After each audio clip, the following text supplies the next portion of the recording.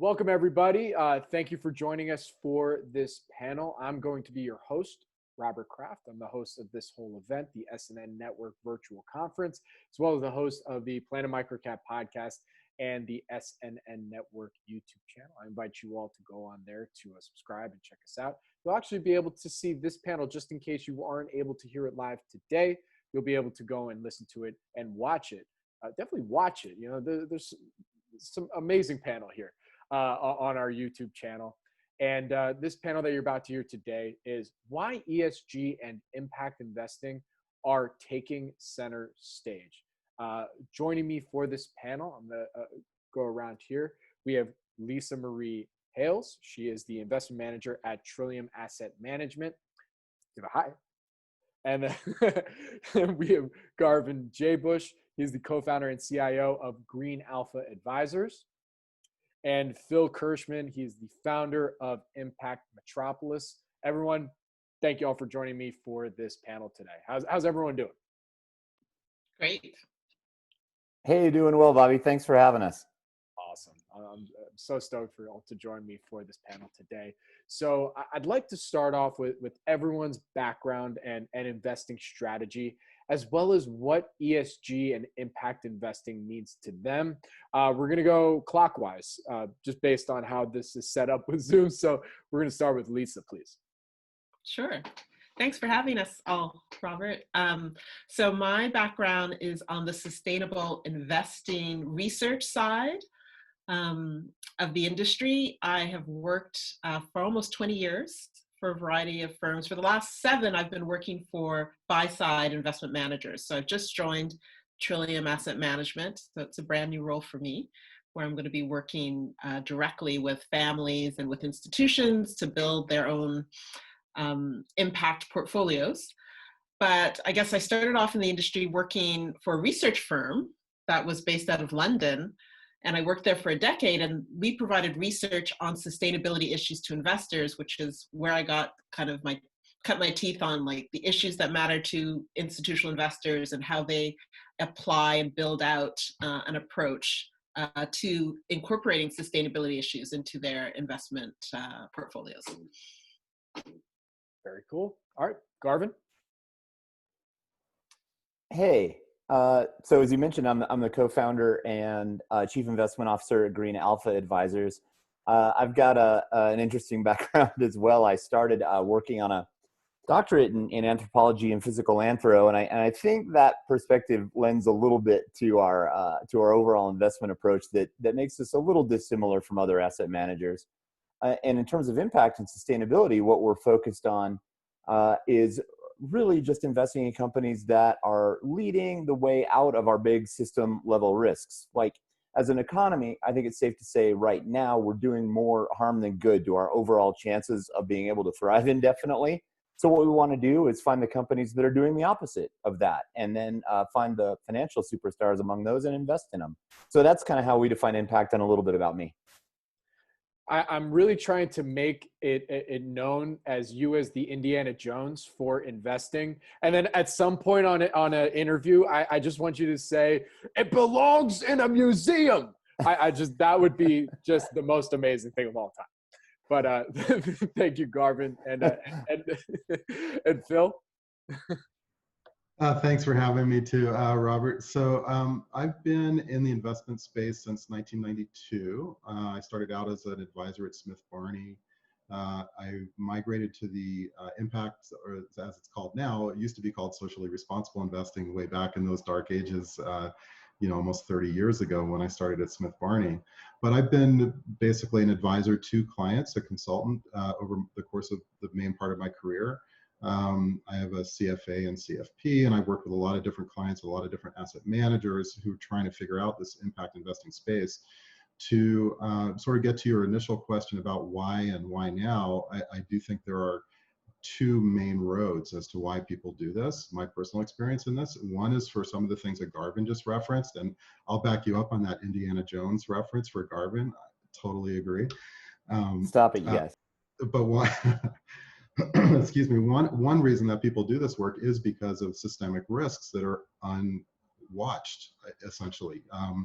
the analysts who have a more sort of legacy-based way of reviewing securities and evaluating potential performance and risk of securities. If they're not looking at ESG data, they're leaving important information on the table. So there is kind of an alpha generating component to it, but there's a whole other component to it, which has to do with values and people wanting the world to be a certain way and seeing that things are not going in that direction. And realizing that their investment portfolio is a lever. And I'll just sort of borrow a line from my friend and colleague Morgan Simon that she likes to use, which is that you can vote for a president once every 4 years, and that's your vote. But you vote as a consumer and you vote as an investor every single day with your dollars. And those dollars, how they're directed, do impact how things play out in the world. Whether you pay attention to it or not, it is happening. So I think people are realizing that, and people are realizing that there are these systemic risks. So you put the systemic risks together with how you would like things to be anyway, and you realize that there's this values alignment component and also a value seeking component to why people do this work. All right, our panel over. He just that was a drop mic right there. But but in all seriousness, I wanted to, before we get into our first question here, because I really want our audience to understand that the main thesis for this panel that we really want to try and get across is that we want to try and answer the question as best we can, not just why ESG and impact investing is taking center stage, but why should investors care about it?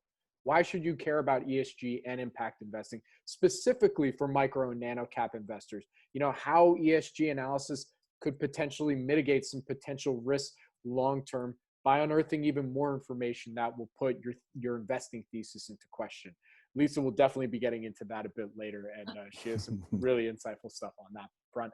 But I want to start off this conversation now because there's a ton of different depending on who you talk to, there's a different way or definition of ESG and impact investing. So, let's talk about each of your definitions for it, and then talk about some of those differences and why they're there. So Lisa, I'd like to start with you.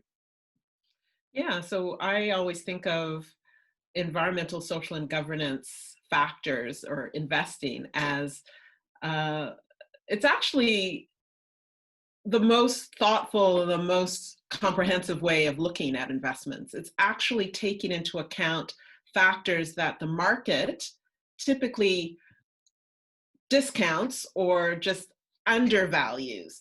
And if you work for an active manager like myself, then you're always looking for an edge, right? You're always looking for an informational edge that's going to help you distinguish something about companies or the companies that you're looking at that's going to make a difference ultimately to the performance of the portfolio. That can be on the risk reduction side or on the alpha generation side. So for us as a firm, or for me personally, this is about looking for that extra edge for information that is helpful to understanding, giving me that 360-degree view of a company that other investors might be overlooking. Absolutely. Garvin, what are your thoughts on this question? Well, you won't be surprised that I 100% agree with Lisa on that. It's about data assimilation. And since there's never been a time when more data was bad, the more you can, like Lisa's comment was right, 360 degrees. The more you know about a company, the more informed you can be about its opportunities, about its limitations, about whether or not you want it in your strategy. And, moreover, the more impact data you have and the more material that impact data is, which kind of comes to the point you were coming to in your question about there being so many different ways to define ESG. That's a thing for sure. And I think that a conversation around that is probably always good. But to the extent that you have defined your impact criteria clearly and you know what they are and you know what you think is going to inform a company's ability to thrive well and profitably over the long run, then we're not talking about some trade-off between financially profitable and good. We're actually talking about data that informs your ability to earn alpha. This is particularly true in the small and micro-cap space because there's even less data available about those. So to some extent, it's figuring out what you think the most important impact data is, and then just doing the old-fashioned hard work of digging it up, because you're not going to necessarily even find an ESG score that represents a smaller micro cap. And even if you do, it might not be based on the same criteria that you value. So it's definitely a big challenge in the microcap space, and we're an all-cap manager, so I would know. I'm out there trying every day, you know. Absolutely, and actually, you hit on a point that ties into what Phil was saying at the beginning when it comes to ESG and impact investing, where you want to focus in on the things that are of value to you, that really fit your ESG and impacting definition. But just like any investor, I think, who's watching this or has any experience investing, they know that not only will your investing thesis change over time, but maybe your values might also change over time. So Phil, going back to you on this, when we're talking about varying definitions for ESG and impact investing, how do you balance okay, these are the core values that I think I should probably look at for each company that I might potentially want to invest in, versus, all right, here's the tides are starting to change a little bit more, because, hey, climate change was not talked about 60 years ago. Now it's at the forefront. I mean, well, it was talked about by a few, but now it's much more at the forefront. Now everybody wants to try and incorporate that potentially in their investing thesis. So how do you balance then your changing values versus wanting to stick to, okay, here's the few things I should be caring about? Pretty loaded question. I apologize, Phil. Sure. No, it's a great question, and it's one that everyone grapples with, especially the folks who are kind of just getting their feet wet in this space, and I'm trying to understand what this all means. And I guess for one thing, I would caution people against going for too strict of definitions. I mean, words by their nature, unfortunately, are limited in terms of their clarity, in terms of what they're delivering, in terms of meaning. I mean, I hate to go to like philosophy class here, but that is kind of what happens. Unfortunately, people say the same words, but they hear different things. And that's, so even in the sort of legacy, if you call it traditional investment world or the legacy investment world, whatever you want to call that, the people who don't consider ESG factors, they struggle with definitions too. I mean, I used to, when I was doing my CFA coursework, and they were talking about growth stocks versus value stocks, but I mean, those definitions change over time. What is growth? What is value? I mean, you tell me, if Cisco was a growth company and then it tanked in price, is that now a value stock, or is that still a growth stock that's just undervalued? So, it's kind of the same thing with impact, I would say. I mean, it's less about having strict definitions that you can sort of go to the dictionary and expect to get a clear understanding of. It's more, I would say, understanding what's important to you. And also learning to apply that in a way that meets the real world where it really is. So, you have to be a little flexible, even as a traditional investor, when you start saying, well, I'm basically a value investor, but there's this great growth name that's underpriced now. Well, maybe that's going to fit into my value construct. So you have to be adaptable to the world as it is. And your circumstances change too. As you said, as you go through life, you have different, obviously, challenges at different points in your life. Sometimes you're in a wealth accumulation phase. Other times you're in a capital preservation phase. Then you're in a, sort of spend down phase. So your investment approach will differ for those reasons as well. And so we should apply the same sort of rigor that we apply to impact investing as we apply to our total investing picture. And so what I would encourage people to do is sort of get out of a traditional mindset, which is just about risk and reward only. Like the traditional investing paradigm is risk and reward. You take greater risk, you should get greater reward expectations as a result of it.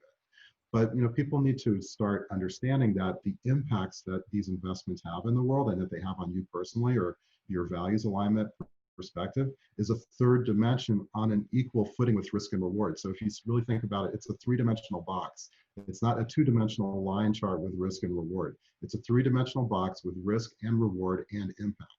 And so each individual investment in a portfolio may have a certain spot on the risk-reward channel, just like in each individual's holding in a portfolio will have a different impact on your total. So you have to think of your portfolio holistically as a combination of risk, reward, and impacts. And the nano, small cap, ultra micro cap types of companies sometimes can have the greatest impact, but they might have a different risk reward than you would expect from your public markets large cap securities. So you just have to think of each component independently, but then how it adds up to a holistic total. And you have to think of impacts as, an equal component to a three-legged stool of risk, reward, and impact as you think about your portfolio construction. Absolutely. And so I now want to ask a question that is literally the name of the panel, because that's really what inspired me to want to do this. And Garvin, I want to come to you on this one, because we've done a podcast interview and you've talked about a lot of the lobbying that you've done in Washington for ESG and impact. So why has ESG and impact investing now? This isn't anything new, especially y'all been doing this for a long time now, but I'd say more, I guess I should alter the question. Why is ESG and impact investing become more mainstream and taking more of a center stage that way? I think there's a number of reasons for that, and in no particular order. I think one is because it does give you an opportunity to add some alpha by assimilating more data and just knowing more about the companies. In terms of it being mainstream and not necessarily just within the province of ideologically aligned folks anymore, I think that is a big driver. If people see that, oh, wait a minute, that old paradigm, the old narrative that I heard that I'm going to have to make some horrible trade-off with my returns if I do a little bit of impact is just not true. And we work really hard to prove that year in and year out with our strategies. With, as you can imagine, markets being what they are, varying degrees of success, but generally with a lot of success doing that. So I think that is part one. Two, something that we've touched on earlier is the system level risks that we're all confronting. Those are now more and more obvious. You said it. Years ago, people weren't really talking about climate change, and the people that were sure as hell not talking about it with respect to their investments. And now the risks of that have become so much more evident to non-specialists and just to the conventional wisdom at large, that it's more clear that we need to do something about that. And what Phil says is true. Every dollar you invest and every dollar you spend impacts that one way or another. And so what I was in Washington to do last summer was testify at the select committee on the climate crisis, and let them know, the asset management industry is, as a group right now, still doing more to raise our level of systemic risk than it is doing to decrease it, because most investments are still going into the business as usual economy, particularly in public equities. And although in private equity, there's a lot of that too, of course. And so knowing that where money goes is where everything happens, the economy occurs at the level of investment, right? So as long as we're all still primarily invested in the business as usual fossil fuels run economy, that's the economy we're generally going to get, meaning we're going to drive ourselves further and further down the road of more and more risk and make everything more and more dangerous. More and more people understand that now. And so they understand, one, again, I have a chance at differentiating my returns by assimilating more information. And two, wow, look around. We need the economy to start lowering its risk profile, not raising it. And one way to affect that change, while profiting from the transition, is to invest in the solutions, the things that are going to lower system level risk. And so I think that those combination of things is really what's driving, in your terms, the mainstreamization of impact, in my opinion.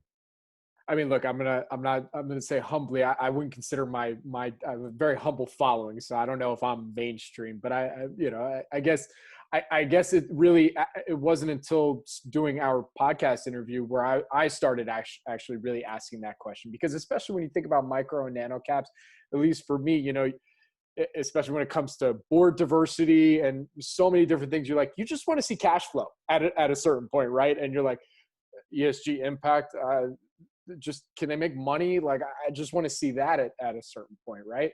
So, I mean, I actually wanted to pose this question to both Lisa and Phil, because you both do a lot of advising for various asset managers. I mean, Lisa, you work for an asset manager. What kind of pushback sometimes do you get where you might have clients that say, oh, but this company is producing 15, 20% revenue growth year over year. They're cash flow positive, solid EBITDA margin. I mean, this is a monster. But then you look at their ESG and impact scores, and you're like, I don't know what's going on here. They could be doing a lot better. what kind of pushback have you experienced in your careers when dealing sometimes with that? Lisa, I'll go to you first. Yeah, I'm pretty fortunate in that the vast majority, I would say 100% of my clients are seeking sustainable investments. So they literally come to my firm and other firms like mine because they believe and want to build portfolios that are looking. I loved Phil's comment about the three-legged stool or three-dimensional chess that really see risk, return, and impact. Every single dollar we spend or invest has an impact. What we're saying is that increasingly there's a significant portion of the investment public who want to think about that impact, who are motivated and attuned to like the impact that their investments have. And also, I was thinking about like where we are today. We are all working at home because of a global pandemic. Our world is connected globally. And the things that happen on the other side of the world have, cascaded and impacted us. And in fact, we're all waiting and hoping for the development of a vaccine.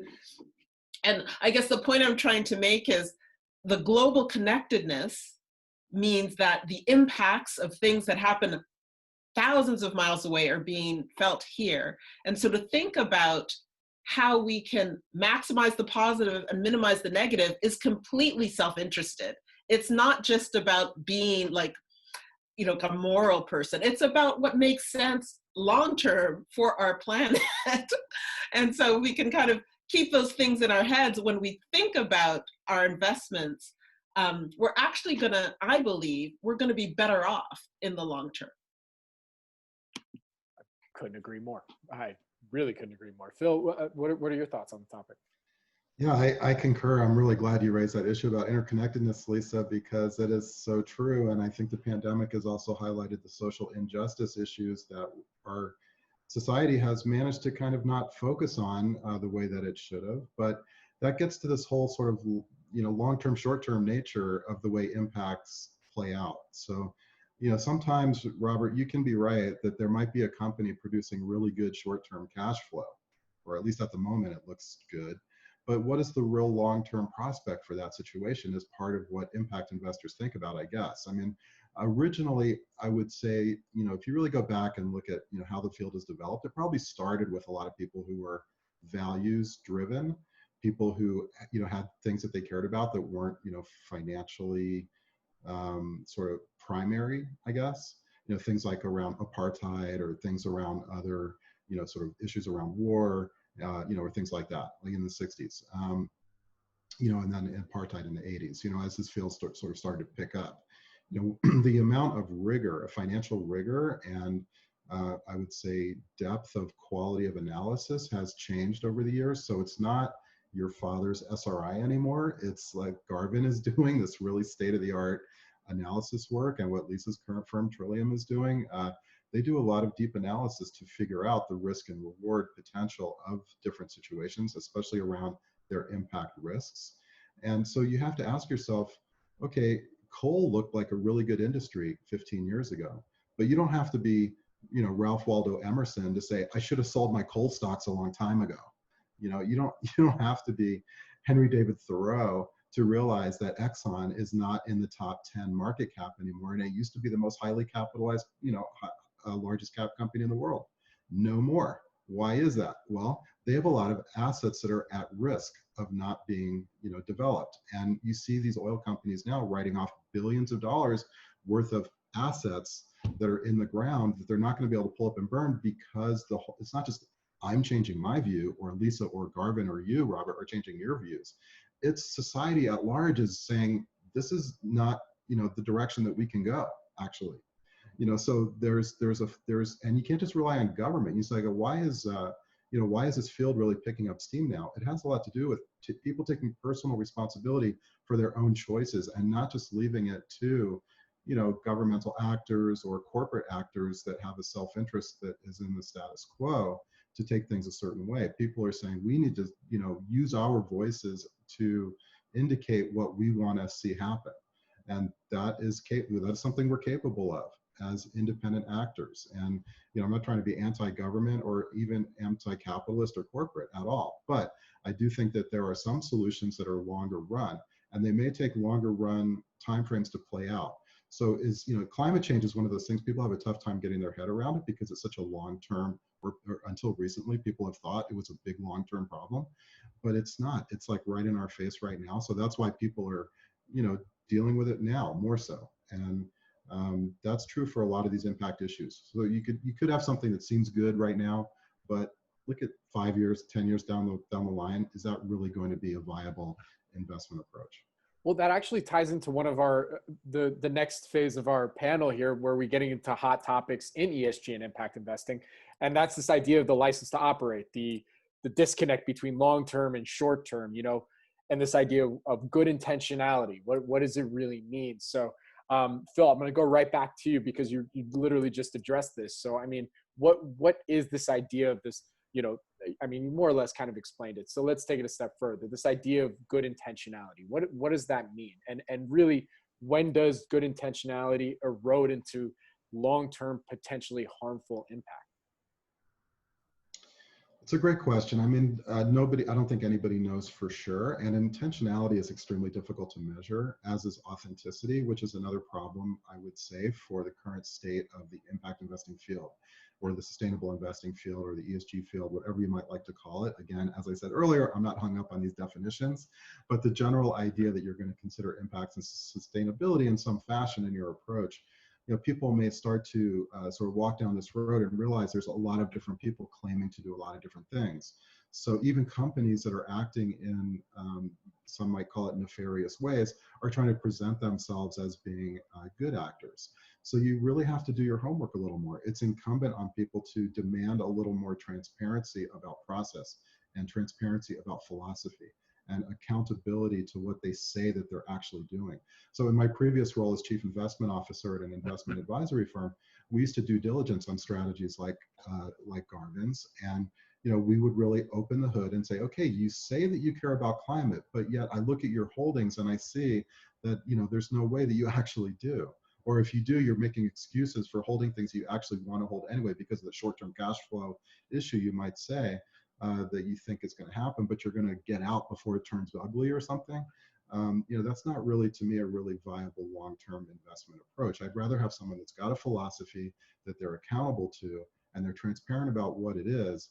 And impact measurement is sometimes difficult to do, as is accounting for intentionality, as you say, or authenticity. But I think that is incumbent on asset owners to be a lot more thoughtful about what they do and how they do it. So maybe going to a restaurant on a Saturday night, you do a certain amount of research and decide where to go. So it has to be maybe a little more work than that. Maybe it's less work than, oh my gosh, somebody in my family got some disease and I need to start researching it and understanding it as well as my doctors do.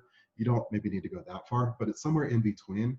And I really think asset owners need to start taking responsibility for what's happening in the investment markets and not just leave it to their advisors, leave it to their asset managers to do these things, because there's a marketing opportunity here. As you noted, Robert, everyone's moving towards this space or trying to, get in on it, if you will, but they have to get in on it in the right ways or we're actually going to do more harm than good with them. Absolutely. Garvin, do you have any thoughts on this topic?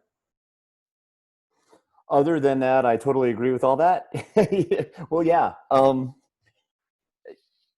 It's true. The proof really is in the holdings. Intentionality aside, we can't see what's deep in somebody's mind and what their motivations are, but you can see what they value in terms of long-term value creation just by seeing what positions their portfolios hold. And not only does it have to do with what they think is important in terms of risk mitigation, or the other side of that coin, bringing impact, but also their time frame, like both Phil and Lisa just mentioned as well.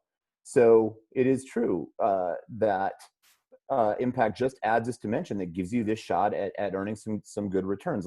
And Phil's example was perfect. Like, if you were looking at coal 10 years ago and just doing it with quant screens, you would have seen some cash flow, you would have seen some productivity, that would have looked great. But when you add the impact dimension and think, well, yeah, but is coal still going to be a thing in 10 years? because it's raising so much risk from mercury in our neighborhoods to climate change, to say nothing of the fact that it costs more to mine than it does, just waiting for the wind to blow. If you're going to generate your electricity with wind, it wasn't that hard.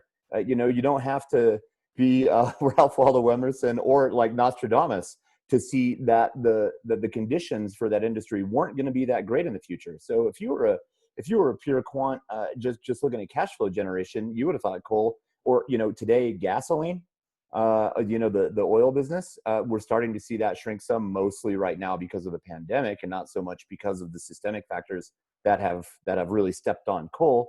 But you'll see that be next. It isn't that hard to look 10 years out and just see that it's going to be a challenging demand environment for those products. And similarly, the adjacent industries.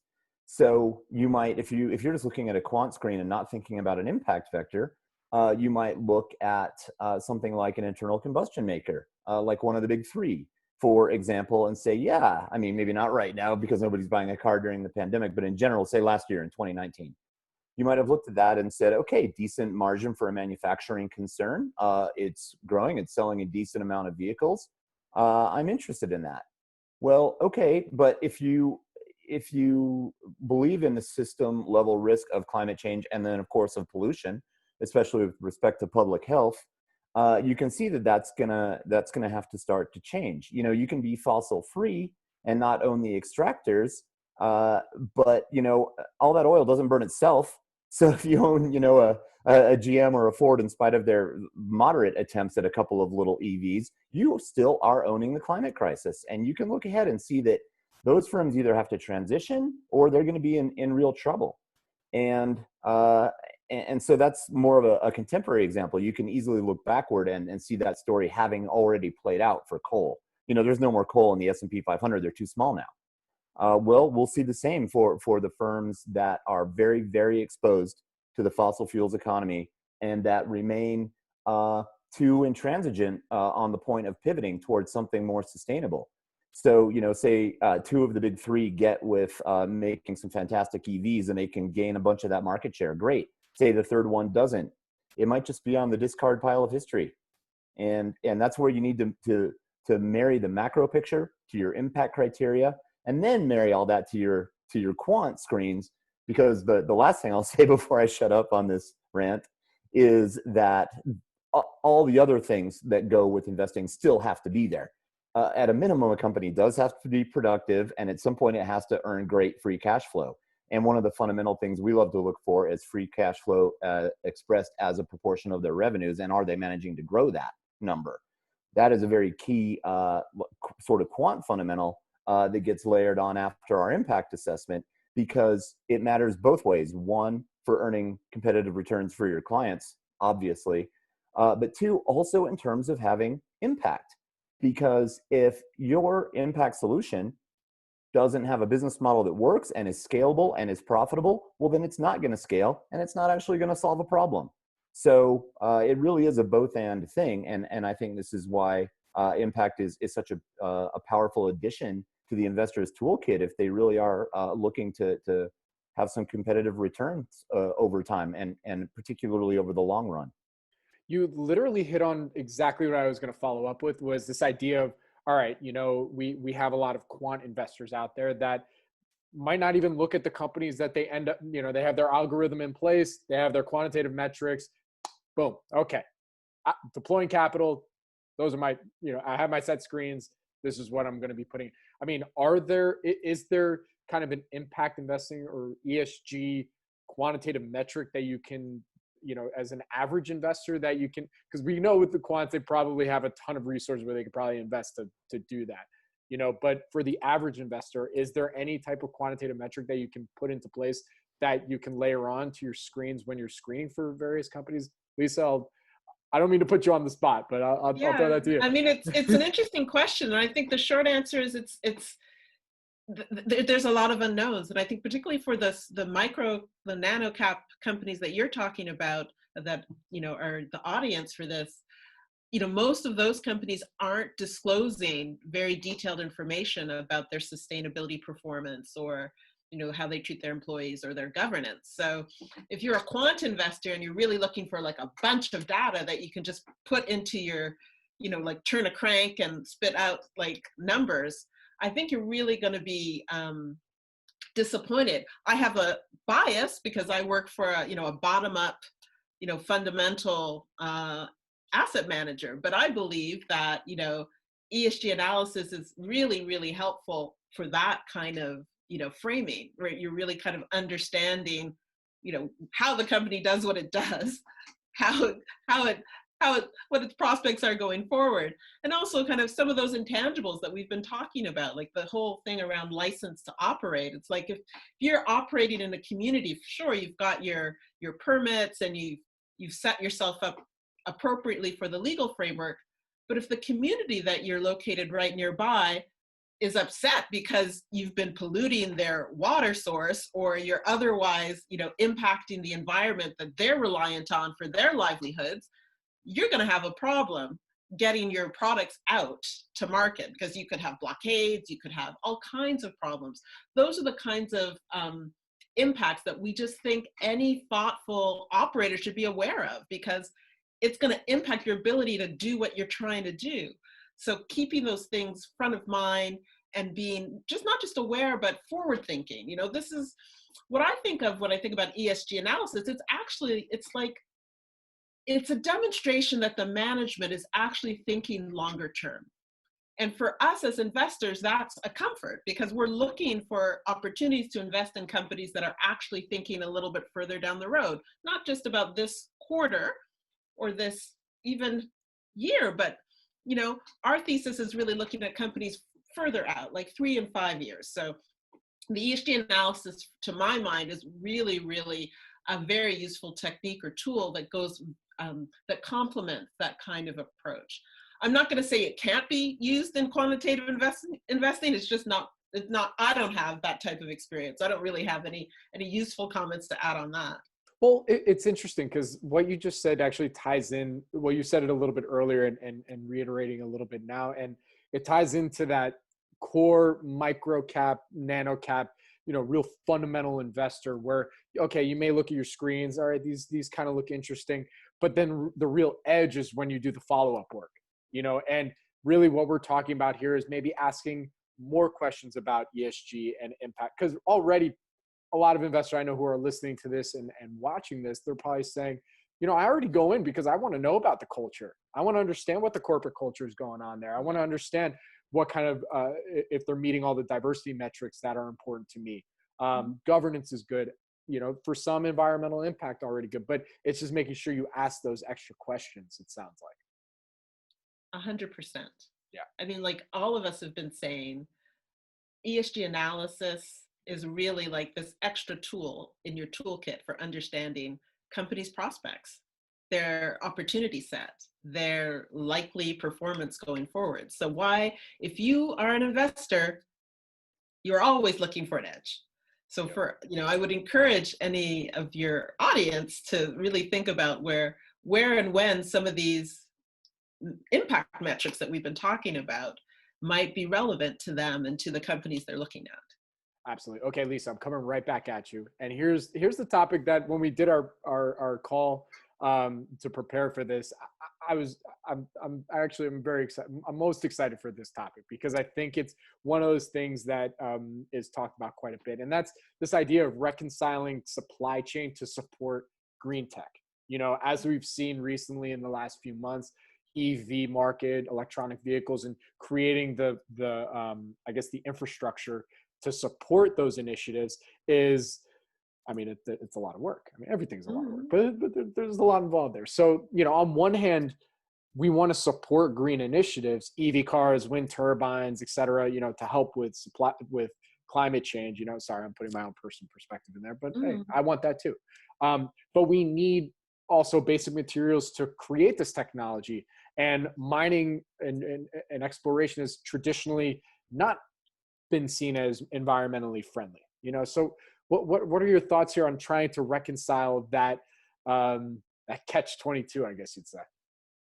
Yeah, well, first I'd say that there's no such thing as a 100% pure company, right? Like Tesla's going gangbusters at the moment, but in order to have a battery operated car, you need lithium, you need to mine various, rare minerals in order to build the batteries. And then you also have the issue of like the life cycle, like what do you do with this stuff at the end of its life?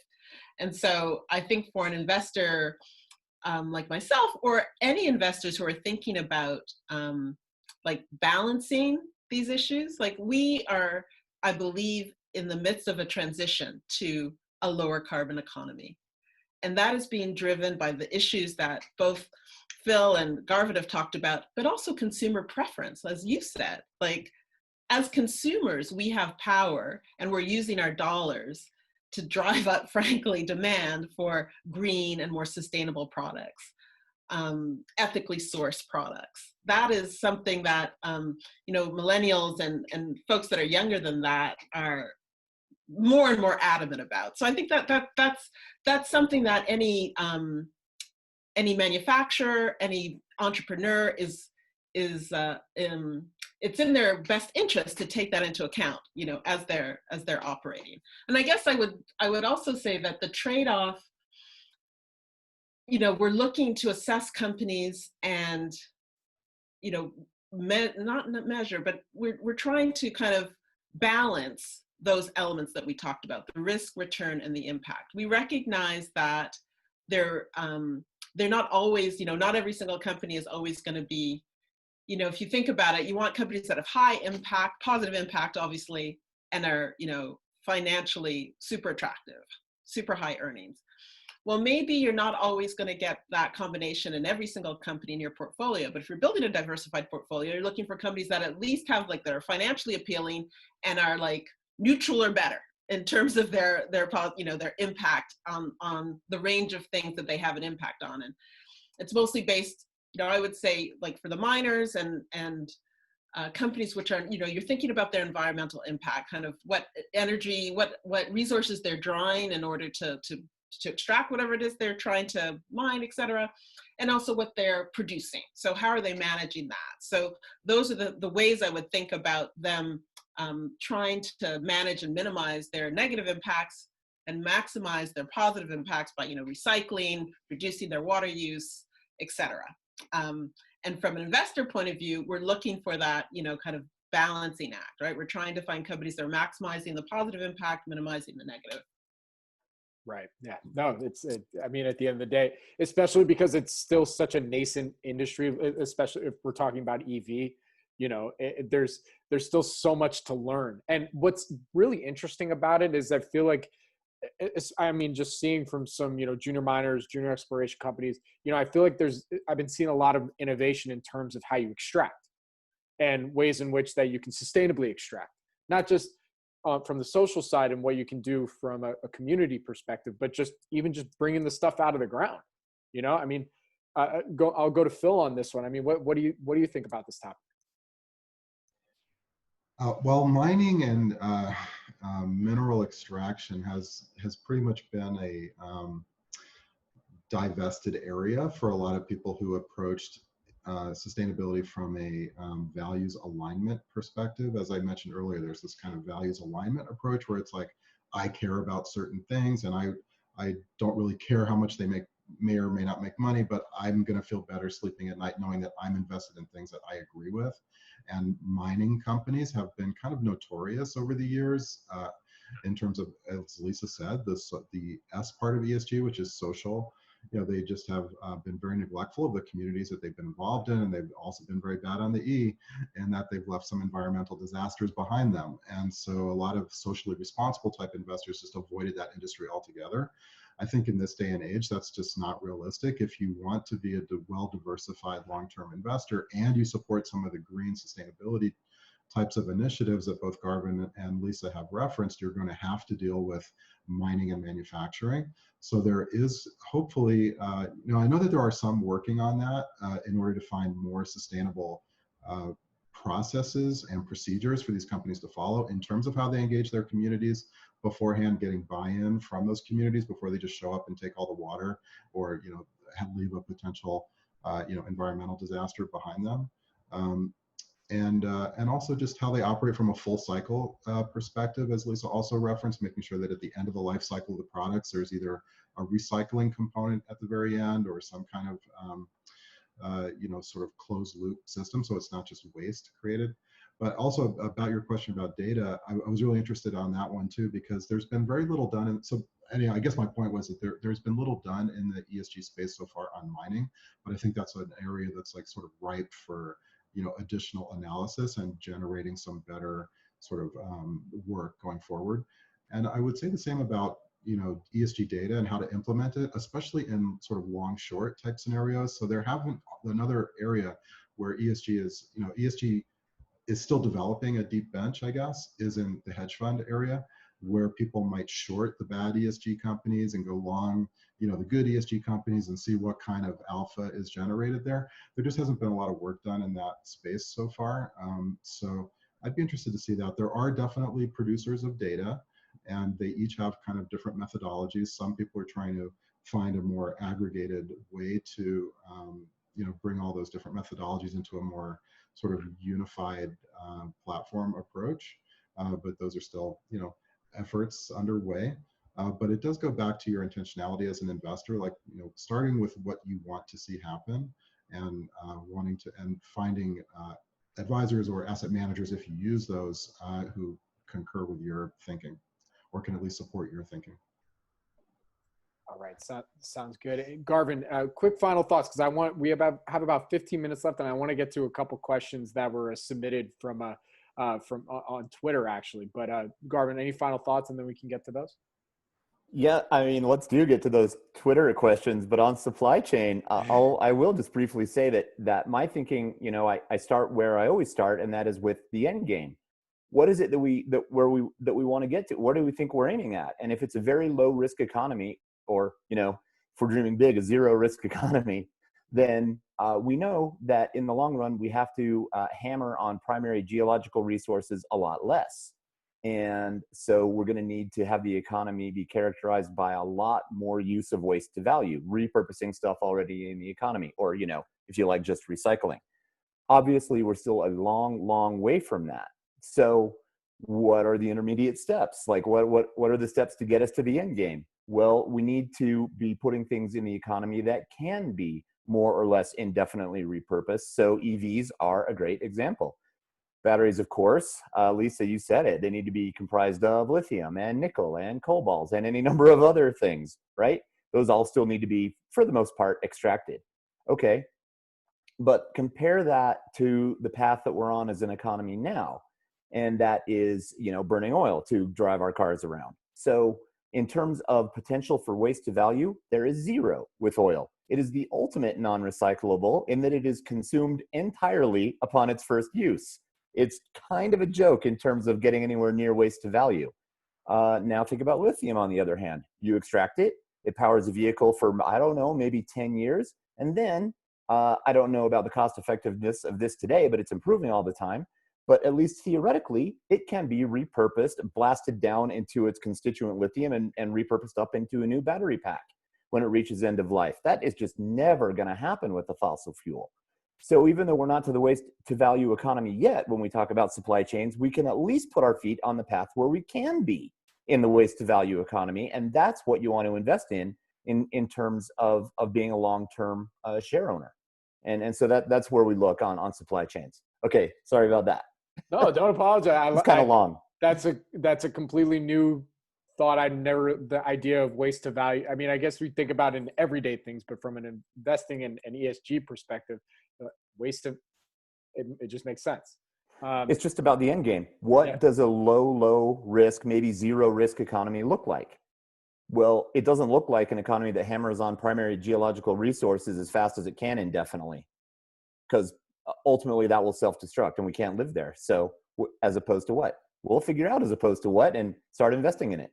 I see it as a great opportunity for the mining industry to innovate. I mean, that's really, I mean, look, as more awareness is being brought to, there's countless documentaries out there about, and I don't mean to pick on the mining industry, but because there's many other industries that, are also causing ESG harm, or more on the ENS part, I guess you say, not Yeah. so much. Yeah, the No, G mining.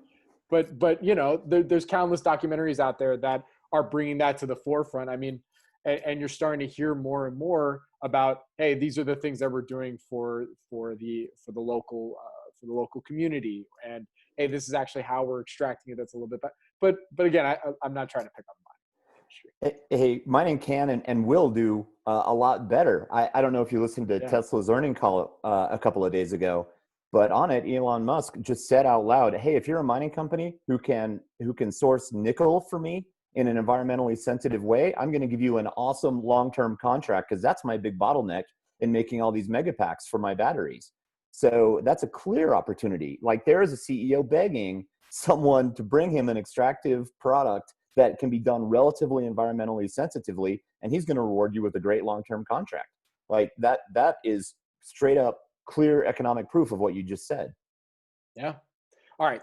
Let's get to some Twitter questions. All right. Sonia Driesler, at Sonia Driesler, wrote in a great question for everyone here. Her question is, the environmental part of ESG tends to be the one attracting investors more than the others. As ESG professionals, can you focus solely on the E without the other components? And she also wrote, how do you define impact and how do you measure it? I think we answered that part a little bit earlier. So let's focus on the first part of that question. Can you focus solely on the E without the other components? Who wants to go first? I won't. Okay, Phil. I'll grab that one. I mean, just from my perspective, at least, I would say wholeheartedly no, you totally cannot. And it's sort of it's a misnomer in a way to think of E, S, and G, environmental, social, and governance issues, as three separate sleeves. And it's like I'm going to address the E over here with this one, and I'm going to address the S over there with that one. That's not the way the world works. Everything's interconnected. We touched on this earlier. I mean, the COVID situation has just pulled the Band-Aid off a lot of social injustice issues that were already in existence. So healthcare and social justice are linked. The environmental impacts that really occur, I mean, we watch these floods, we watch these, sort of droughts. These impact women more than they impact men, and they impact, certain countries and levels of people in certain levels of wealth and poverty very differently. So it's ridiculous in a way to even contemplate that you can just address E without talking about S, or at least understanding your impact on the S. And good governance ideally would, cover all these things already. Like, you would just think good governance, a company that's well governed shouldn't be relying on this model of environmental pollution as part of their business model. Which is kind of the way a lot of companies have operated. I was thinking of this phrase when Garvin was just speaking earlier, is that we've gotten away with operating with this idea of infinite sinks, or what is it? Help me, Lisa, if you remember this right. It's like infinite faucets and infinite sinks. That's how we've been operating. That doesn't actually exist. Like, there's infinite resources and then infinite ways to throw them away when we're done with them. And that's just not the way the world is anymore. Garvin hit it. It's like we have limited resources and we have limited places to put the waste generated once we've used up resources. So we have to think about a more closed loop kind of approach. And yeah, unfortunately, the E is not inseparable from the S or the G, in my view. Anybody else want to jump in on that? Lisa, Garb? You hit it. Good. All right. So actually, this next question is pretty interesting. I mean, all these, I'm not saying I hope they were interesting, but this next Twitter question I think is very fascinating as well. And it's from Jay Ackerman at Josh Context. He wrote in, how do I compensate for the fact that the definition of ESG seems to vary by fund family and by client? How can I facilitate getting my client into the funds that match their own definition? Floor is everybody's. I do not have an answer. Because that is actually he's hit a challenging problem. He's identified a challenging problem, that there is no single definition. When you'd asked us about what each of our definitions, there certainly is overlap, but there is no single one. So I think if you're interested in matching your clients to like the products out there, then part of what you need to do is first figure out what matters to your client. So do that know your client questionnaire, And then you can try and identify, well, given my client's interests and values, which of these products actually is closest to what my client is looking for? And can I build, and I think there are more and more products available, so you can build like a full asset allocation for your client, you know, but first you have to understand where they are with the understanding that there are, even though I think all of us agree that the environment, you know, focusing on the E is not adequate, that you need to, as Phil says, these issues are completely integrated and interrelated. But there are products available which may focus more on one or the other of these metrics. And so it may be that you have clients who are just completely focused on sustainability, and they mean the environmental side of it. And so that's their driving force, and that's what they're looking for. And so you may be able to find, you know, products that, I mean, I had a client in the past who was very interested in gender. They only wanted to look at gender issues. I said to them, well, actually, we look at all the issues. They're like, oh, well, can we have something that just looks at gender? I said, you'll have the gender, but we're also going to look at the other issues because that's part of our investment process, and we can't like lift it out for you. And so they were cool with that, but I just thought it was really funny. So you never know. And the clients obviously are always right, but you can, there's a range of products out there. There's a range of approaches. And it really kind of depends on the individual client and what they're looking for when you're trying to match them with kind of the product set that makes sense. Anybody else like to comment on this? So yeah, I used to do this work also when I was working with clients. You know, I totally feel Lisa's response there. I think that's great. She's totally right. But it's just like I said earlier, as an advisor, it's a mistake to overanalyze or overthink a specific, you know, the way that some people might interpret some of these terms. It's much better to understand your client and their goals and do the best you can for them, the same as you would for their retirement plan or their education funding plan, or, you know, whatever other purpose you're investing their money for. You've got, you know, a time frame, you've got a risk tolerance, and you've got impact goals. So with those, you know, go forth and scour the marketplace and deepen your own understanding about how different asset managers will integrate these different themes.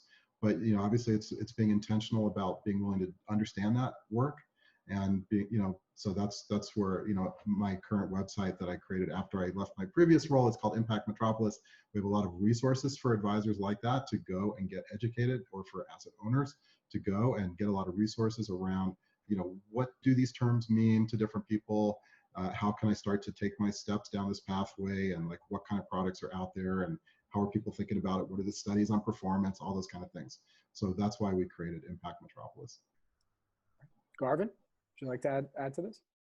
You know what, I would like to follow up on it by asking my esteemed co-panelists a quick question. So for context about why I'd like to do that is, you know, we're a pretty pure play asset management shop. So I've never worked as a financial advisor or wealth advisor, nor as a consultant. So the whole advising clients on their appropriate asset mix and helping them define what impact means for them has never really been a part of my business.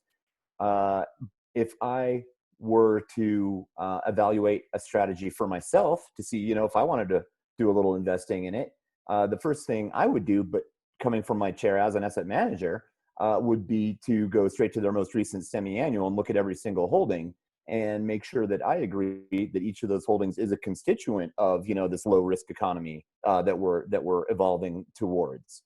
But I don't know that, and here's where the question is coming. I was going to get to one eventually.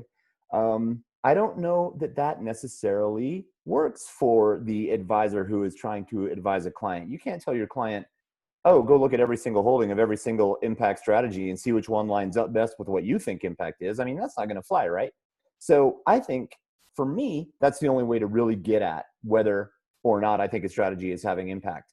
But for a wealth advisor, how do you tell a client that that's the best thing to do? But like, is there a proxy? Is there a shortcut? Is there a way to help them think about it that doesn't involve them, you know, going to do their own CFA, right? So I think that is where advice is so important, right? Having expert advice that can really guide you. I was going to mention Phil's website, so I'm glad he mentioned it. I think Impact Metropolis, which is a relatively new site that Phil has launched, is a great source of information for advisors who can then, and this is if there's any advisors listening, this is where you can really, distinguish yourself. You can provide like extra service to your clients by becoming knowledgeable about this area of investing, and attract additional clients potentially, because I would say that the level of knowledge in the general advisor community is relatively low on distinguishing between different impact approaches. And therefore, and I agree with you, Garvin, it's not really fair to expect kind of retail individuals who have busy lives and families and other things to worry about to do a deep dive on like a bunch of different impact funds to determine which one is the closest to what they would like to do. So to Phil's point, you can't be too purist. You're trying to, balance, get that three-legged stool balanced, risk, return, and impact. You're trying to get some big goals. You're trying to kind of the intentionality of the fund, which hopefully is determined by advisors who are going to look at the team and the strategy and the process in order to evaluate, and then can provide, their best recommendations to their clients. Well, thank you for that endorsement, Lisa. And I totally concur with what you're saying. It's and what you said, Garvin. It's that's the same way you hire an advisor for the traditional financial piece, right? Like anybody who's using an advisor currently for their financial side isn't going to be opening up every fund that they recommend from a traditional model either. So it's like a good advisor knows what you need as a client. All right, everyone, we're right there. I would like to conclude the panel with one final question. And, we talked about how, I think we've really covered how micro and nano cap investors can utilize ESG analysis that can benefit their portfolio. So I'd like to close out this panel with everyone's kind of final thought, maybe something that hasn't been covered yet, or that one thing that you'd like our audience to take away from this panel. So let's go in the same order that we did the introduction. So give that final thought, and then also where people can go and find more information about you and your firm. So Lisa, start with you. Sure. So hard to distill down to one final thought. I think I'm going to repeat what I said earlier, which is every investment has impact. Every dollar you spend has an impact. And you have an opportunity to think about how to emphasize the more positive impacts and mitigate the more negative impacts as an investor. And I think, I encourage investors to kind of get more educated on this topic. And, my firm, Trillium Asset Management, specializes in sustainable investing, and we're on the web at trilliuminvest.com. And what about your Twitter? Where can people find you? My Twitter is at @LMHayles, but I now, when you work for an investment management firm, you are very restricted in your ability to tweet. So I don't tweet much. No worries. I still want people to follow you. So go to, Thank you. Go and follow. Garvin? Right, I forgot I was next in the batting order. Defining impact is hard. I think that, as we've said all day, there's differing definitions for different people. So I would encourage everyone just to think about what they think the end game is. What's the economy going to look like in 10 years, and what does indefinite sustainability look like? And then make that the top of your priority stack, right? So say you're a small cap quant investor. Well, so just don't indiscriminately apply your awesome quant screens to every company in the world. Think about your priority stack. Think about what companies are still going to be thriving in 10 years, get a discrete group, and then stick your quant model on that. That's likely to have a more beneficial long-term outcome, in my opinion. I think that's a good way to think about it. And, spoiler, that's how I manage my strategies at Green Alpha Advisors. And that is where you can find us on the web, greenalphaadvisors.com. Our company Twitter handle is @AlphaVerde, because believe it or not, Green Alpha was already taken even 10 years ago. And I'm at Garvin1313. But like Lisa says, we're pretty limited in what we can do for regulatory purposes. Like, you'll never see us use a cash tag, because that could be taken as recommending a stock. but I do tweet from time to time about higher level, like economic ideas and issues that aren't going to step on any regs.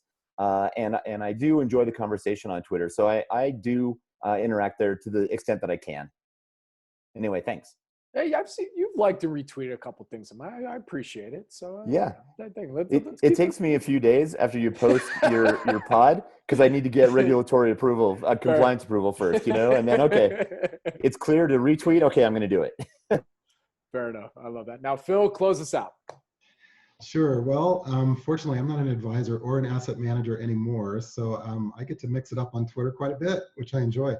That's at Impact Metro, which is my Twitter handle for Impact Metropolis, which is this community that I am building currently to help advisors and asset owners and asset managers basically just explore impact investing. What is this? What are the resources in the public domain, of which there's a lot, and we're aggregating those and making them searchable by topic area.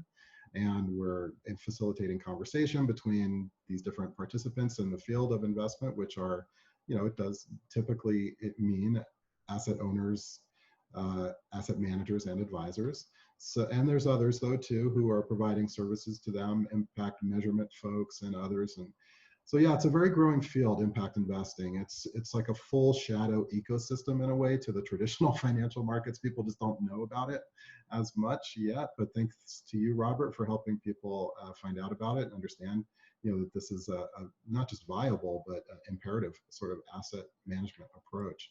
So I appreciate being here. Thank you. I would encourage people to just, as a final thought, just think about what you care about, just what it is, what kind of world would you like to see in the future? And just keep in mind that your investments are helping create that kind of world, whether it's the world you want it to be or not. You have to sort of be thoughtful. So be thoughtful. Awesome. Well, I think that's a perfect way to close this out. I think this has been an incredibly important conversation. Thank you all for joining me. If you didn't get a chance to listen to this at our event, this will be posted on our YouTube channel at youtube.com/SNNWire. And you can follow me on Twitter at Bobby K. Kraft, BOBBYKKRAFT. And I'll definitely be tweeting this out. And I might be tagging everybody here. And Garvin will retweet it about a week later, and it'll be awesome. but I will, man. But thank you all. I really appreciate it. And I look forward to speaking with you all again soon. Thank you. Thank you. Thank you, Bobby. Thanks, Bobby. Thanks, everyone. Ciao.